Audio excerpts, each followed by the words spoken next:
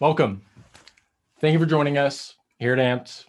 Myself in my home office recording this presentation and taking the time to learn about Equity Machine Works, the work that we're going to be doing, and the ways in which we intend to drive change in the industry. My name is Justin Sherman. I'm the founder of Equity Machine Works, and 12 years ago, I was like many of you, seeking out my path. Back then, I had some significant family issues that got in the way of me completing college. And after a couple of years of getting by, working dead-end jobs, I was feeling pretty ready for a change and, hopefully an opportunity that led to building a long-term career.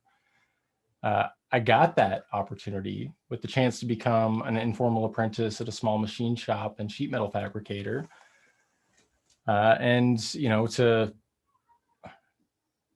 To say like my first day on the job was nothing short of enlightening for a variety of reasons. But I think the thing that really struck me the most was really sort of how much opportunity there was to learn and grow in this industry. That mountain of knowledge and skill development that exists that you can climb. And really that opportunity exists for all of you as well, right? Which is really the thing that I'd say gets me the most excited about this industry and the work that I get to do and Equity Machine Works gets to do in regards to helping create more opportunity for folks. From that first day, my career has kind of taken me through CNC operation, into inspection, programming, shop management, followed by teaching trade classes and managing a pre-apprenticeship program, into scientific instrumentation, and most recently, before launching Equity Machine Works, managing a large prototyping team at one of our nation's biggest tech companies. I really could not have imagined what my career would become. But I'd say one of the really great things about this industry is like just the tremendous, and I can't understate that, tremendous opportunity there that exists to forge your own path. All you really have to do is, bring some passion, a mindset for growth, that Kaizen mindset for those of you that are already familiar with that term, and apply yourself and really not even the sky is the limit. You could help build spacecraft, do important prototyping work, supply our nation's critical infrastructure and industries, develop your own product line, or even work from home out of your garage, making parts and designs for customers all over the world. Like, once you have the skills, the path is yours to make. And Equity Machine Works is here to, help provide some of those skills, but with a mission to do more than just that. Equity Machine Works is designed as a manufacturing social enterprise to not only supply critical parts to the various industries and incorporate a sustainable workforce development program, but also to work to address issues like of underrepresentation within our industry and create additional pathways for long-term success for individuals that live in poverty. So I appreciate you coming, and I thank you for the opportunity to talk to you about this work and Equity Machine Works. And if after this presentation you find yourself feeling inspired to take part in any way, we'd really love to hear from you.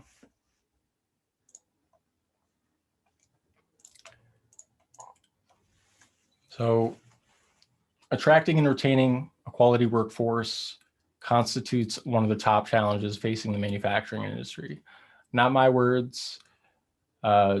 This comes out of the National Association of Manufacturers' most recent Outlook survey, but these words are kind of reiterated time and time again by so many organizations out there. So we're aware of the skills gap and the challenges that it's created. And there's a lot of context around how that's become. But one of the biggest and sort of most interesting stats here, which we have right here, is nearly 1/4 of the manufacturing workforce is 55 or older.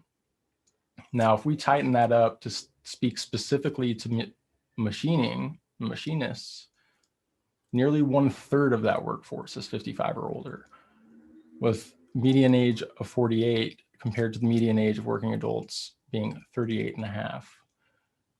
So to paint a little bit of a picture of, what that looks like, that's a significant challenge. And companies have adapted to this aging and kind of smaller workforce by trying to introduce like different kinds of efficiencies or changes in process to make sure that they can stay competitive. And some of that's come through boosting recruitment efforts, and in other areas that's utilizing a variety of advanced technologies like pallet changing machines, cobots and robots, etc. But that does not eliminate the need for a skilled workforce to deliver on all the work necessary and to even program those machines or do some of the more intense kind of prototyping work that might not be able to be done through a process that incorporates a robot. And so it really falls to so many of us to try to help develop the workforce necessary to kind of close this skills gap. The machining industry also faces some pretty significant diversity issues, and these stats should paint a pretty clear picture. So 14% of the machining industry is female, but that does not account for skilled positions. So if we look specifically at machinists themselves, 5.3% are female versus 50.8% national representation. Now, if we get into race demographics, looking at the Black and African American population, 3.9% of the workforce is Black or African American, 5.8% for machinists, but that's compared to a 13.4% national representation. 4.6% of our workforce are Asian, 3.2% in machining, or machinists rather, versus 6.1% national representation. And for those of Hispanic or Latino backgrounds, 13.8% of the machining workforce is Hispanic or Latino, but only 7.8% of machinists are, compared to 18.5% national representation. So this should paint a picture of, some of the work that, ought to be done to kind of help close these gaps a little bit. And, the question is, how does this relate to, businesses themselves, and how does it affect, the way that our industry operates? And, there's an interesting study that some of you might be aware about already, the McKinsey study, Why Diversity Matters. And here are some stats that have come out of that study. So companies are 15% more likely to generate above average profitability if they have a diverse workforce. Companies with more racially and ethnically diverse employees have a 35% performance advantage versus companies relying purely on culture fit. And companies with gender diverse executive teams in the highest quartile outperformed male-dominated companies by 21% in terms of EBIT, so earnings before interest and taxes. So not just from a human perspective does diversity within our industry matter, but it also affects the competitiveness of our companies. So thinking about, that term so many of us have heard, right? Thinking outside of the box. And what folks are saying when they say think outside of the box is, thinking, utilizing a perspective that's outside of, the typical, right? To come up with innovative solutions. Well, if you have a company that's comprised of folks that come from a variety of different backgrounds and a variety of different perspectives, thinking outside the box doesn't really become, an exceptional or, less frequent occurrence but rather the standard company practice. And this results in coming up with more innovative ideas that clearly results in more profitable companies.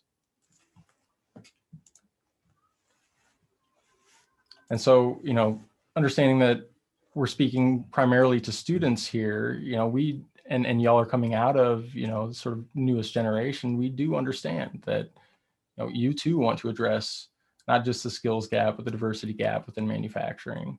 But in order to sort of effectively do that or take part in it, you really need to make sure that you're engaged with culturally conscious companies that understand, not just manufacturing, but also have a passion for, solving these inequality issues and approaching things, in culturally conscious ways to make sure that, they are engaging in this important work that doesn't just, serve them, but serves the greater industry overall. And Equity Machine Works looks to stand as, not the only organization that's going to be taking these steps, but, hopefully one of many, and help build a community around doing that. And, sort of moving on to our next point here, addressing the skills gap, which is so critical to our industry, and the diversity gaps that exist within our industry that we just talked about, separately, I'd say here is like trying to solve a puzzle while you're missing a piece. But, that's really true. Both of these challenges are better served by solutions that tie them together than if they're addressed by separate issues. And so, what I mean by that, the skills gap in our industry being significant, it's going to be far better addressed with access to a larger and more diverse pool of potential workers. And in order to do that, companies need to engage in DEI efforts, DEI standing for diversity, equity, inclusion. And not only will they become more effective companies as related to through the data from the McKinsey study and more accepting, but they'll also become more attractive to the up and coming talent in this industry, particularly as our demographics continue to shift. They'll increase their engagement with their communities and their communities' engagement with our industry, which further increases awareness about our industry and makes us more competitive with other industries that are also competing for that up and coming talent, and will help narrow the gaps that we discussed earlier. But there's really not the ability to kind of take this on alone for any one organization, right? And that's something that we've considered and why we put so much focus into community building for a variety of reasons, which we'll talk about in this next slide, as we kind of go through some of the context of these industry and societal issues and some methodologies to tackle them. So we focused, again, on creating community, but doing so by partnering with outreach and support programs, pre-apprenticeship and apprenticeship programs, industry organizations, and local government to kind of help fill some of those employment gaps, but in particular kind of address some of the underlying equity issues that can act as barriers to entry within the field. And so we'll talk about a little bit of that right now, and how we've designed sort of this program and sort of the resultingly assembled kind of community to make sure that we can address some of those things. But getting into one of the big primary issues that drove this skills gap within our industry in the first place, so that's outsourcing, right? So thinking about the late 90s, early 2000s, when everything really peaked as far as this offshoring of manufactured goods from the US to foreign manufacturers that could make things cheaper. Well, what that resulted in was a loss of a lot of manufacturing jobs within the United States, but also the accompanying loss in infrastructure, skill. And because there were less jobs, those that already possessed the skills were the ones that retained those jobs. That workforce is aging out, as we discussed. And we've really lost a lot, and so many companies are really feeling that pinch. I mean, the thing that I hear kind of most commonly is the the biggest barrier to a company's growth within this industry is specifically around hiring the talent necessary to deliver on the work that, they could do but can't because they don't have the folks to hire to do that work that they'd otherwise be able to do.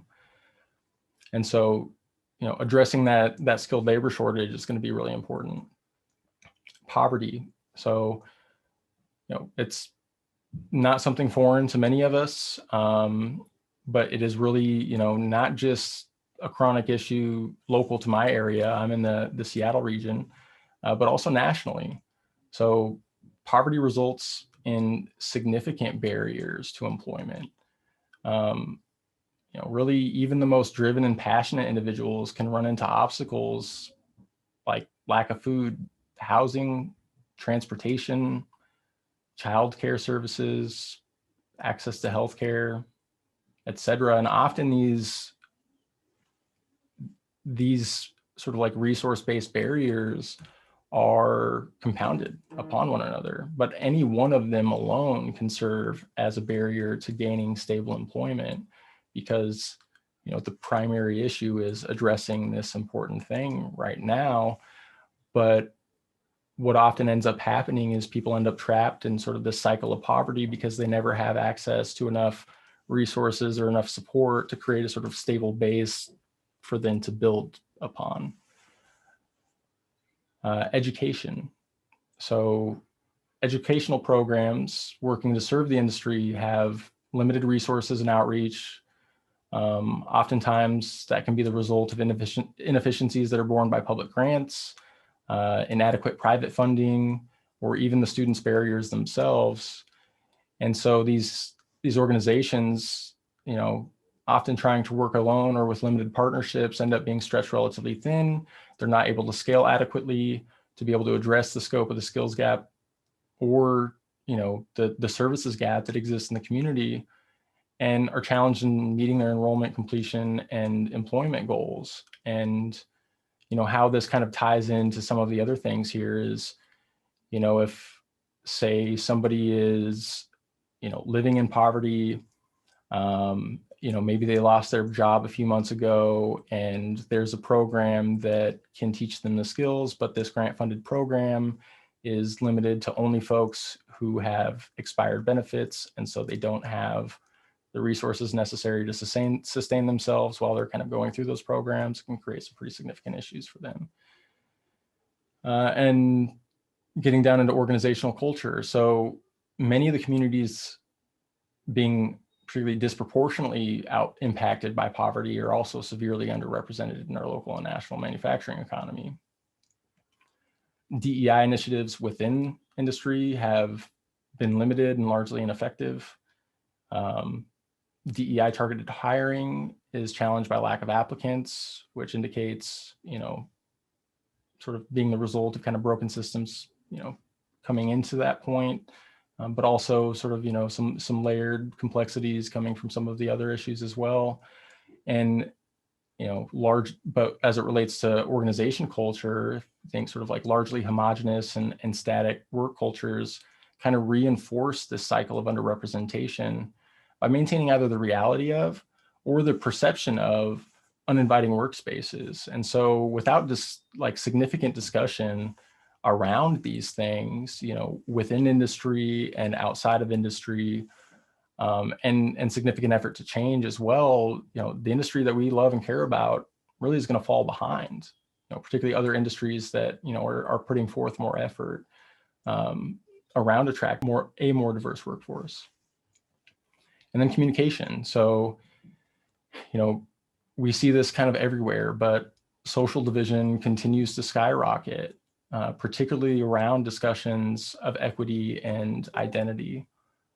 Common social rhetoric really only seems to foment further division, and communication on this subject, particularly within the manufacturing community, but I would argue overall, really needs to be approached in a more holistic fashion and work to help foster cultural understanding and collaboration amongst groups with very different lived experiences, but a common interest and love of manufacturing. And that comes down to, using communication tools that build bridges of understanding amongst disparate perspectives, because, our lived experiences kind of tend to lend us to, interpret things through our own lens. And so quite frequently what I see happening is the message that's being sent is not the message being received.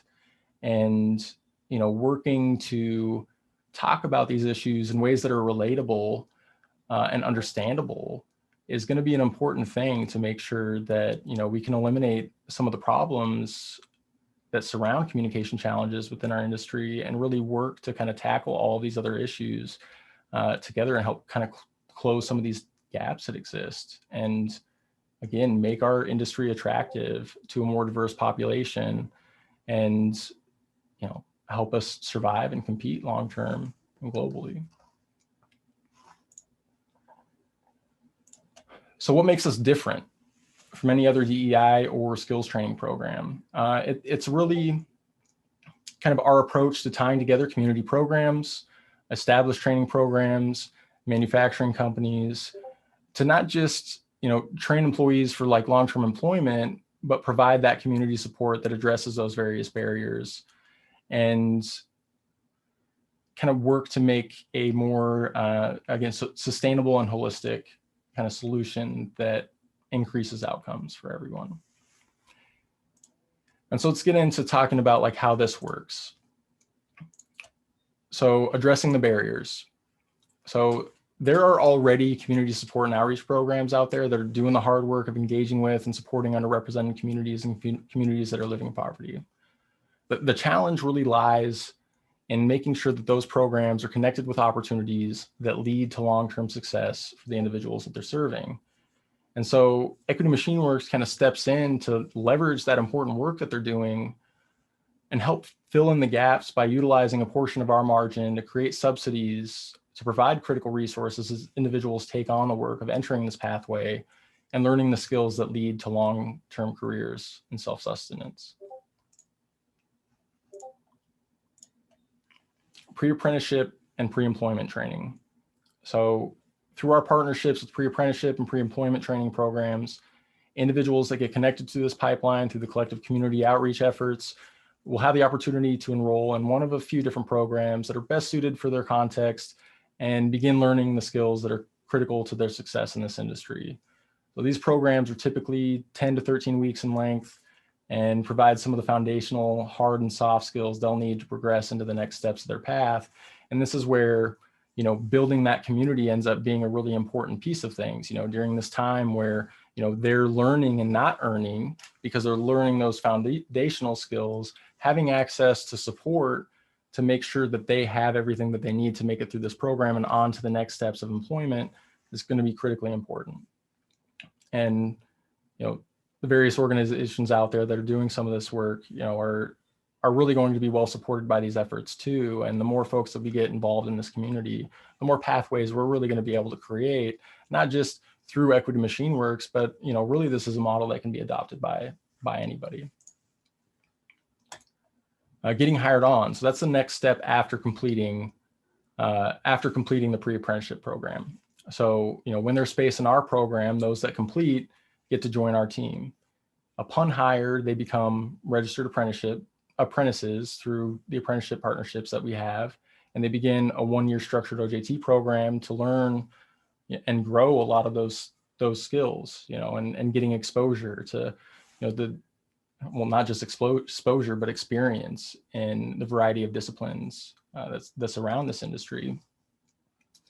And they do so while making parts that get delivered to our customer supporters that generate the revenue that sustain this program and provide the funds necessary for it to continue to scale, allowing it to serve more customer supporters and more folks and, continue to grow the pipeline.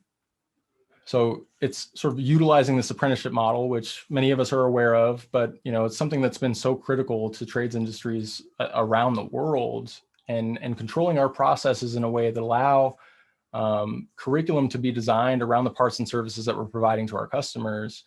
We're able to create that sustainable long-term workforce development solution. And then these partnerships with other registered apprenticeships create additional opportunity to learn skills, not just within the work that they're going to be doing at Equity Machine Works and the education that they're going to be receiving through us, but also with additional weekly classes that are designed to further their skills within more advanced disciplines. And apprenticeship is, one of, the great things, particularly, this registered apprenticeship model that doesn't, require enrollment in a union, but is rather something that's going to be more easily adopted by anybody, helps provide, not just everybody, but also the apprentice themselves, really a clear outlook of what's coming for them, right? So they'll get to, have a good understanding of what they're going to be learning and when raises are going to occur and how much they're going to be. And it really makes planning for the future that much easier for not just, the company, but also the apprentices. And sort of moving on to the next step that we're going to be getting into, or not the next step, but rather, another avenue that, Equity Machine Works is looking to provide services in is, understanding that just workforce development is not going to be, the primary answer for addressing some of those issues that we discussed earlier, but there's also, kind of the need to help guide other organizations into, becoming more competitive and being, able to adapt to really like a rapidly changing kind of marketplace and workforce demographic. And that's culturally competent consulting. So companies that are out there looking to make a difference, not just in, the impacts of the skills gap, but also to make meaningful changes and, creating more inclusive work culture. Equity Machine Works can kind of operate as a guide to help, provide training, help establish inclusive policies, create internal training programs that'll help, address, a variety of sort of the skills challenges that exist. So then that way, that company now has a sustainable solution to, train up their own workforce and really, again, set them up for long-term success in a rapidly changing market. Because quite frankly, those companies that don't choose to adapt will fail. And those that do adapt are going to become the most competitive in our industry. And, I say so changing the face of manufacturing it's a substantial undertaking, but, we're up for the task. And it's not just, us, this is, again, building community and bringing more into the fold. And so with Equity Machine Works, again, we're not just, making parts to send to suppliers. We're doing that, but we're incorporating, a workforce development solution and, DEI solutions that really help kind of address holistically a large variety of concerns. And, we really try to encourage everybody to join the movement. It's not just about Equity Machine Works, but also about, creating this community and making everybody a part of it so that we all align our goals and, help create effective outcomes for not just the folks that get served through programs like this, but our industry overall. And so I'd like to say, like, if after hearing all of this, you're kind of finding yourself interested in coming through our program yourself, or perhaps you'd like to become a part of the team and lend your talents towards making chips with us and delivering on our mission, or maybe you aren't a prospective student or employee, but you see other opportunities to support a mission that you believe in, we'd really love to hear from you. I really want to thank you again for taking the time and providing me the opportunity to share with you what Equity Machine Works is all about. And I really hope to hear from you soon. Thank you.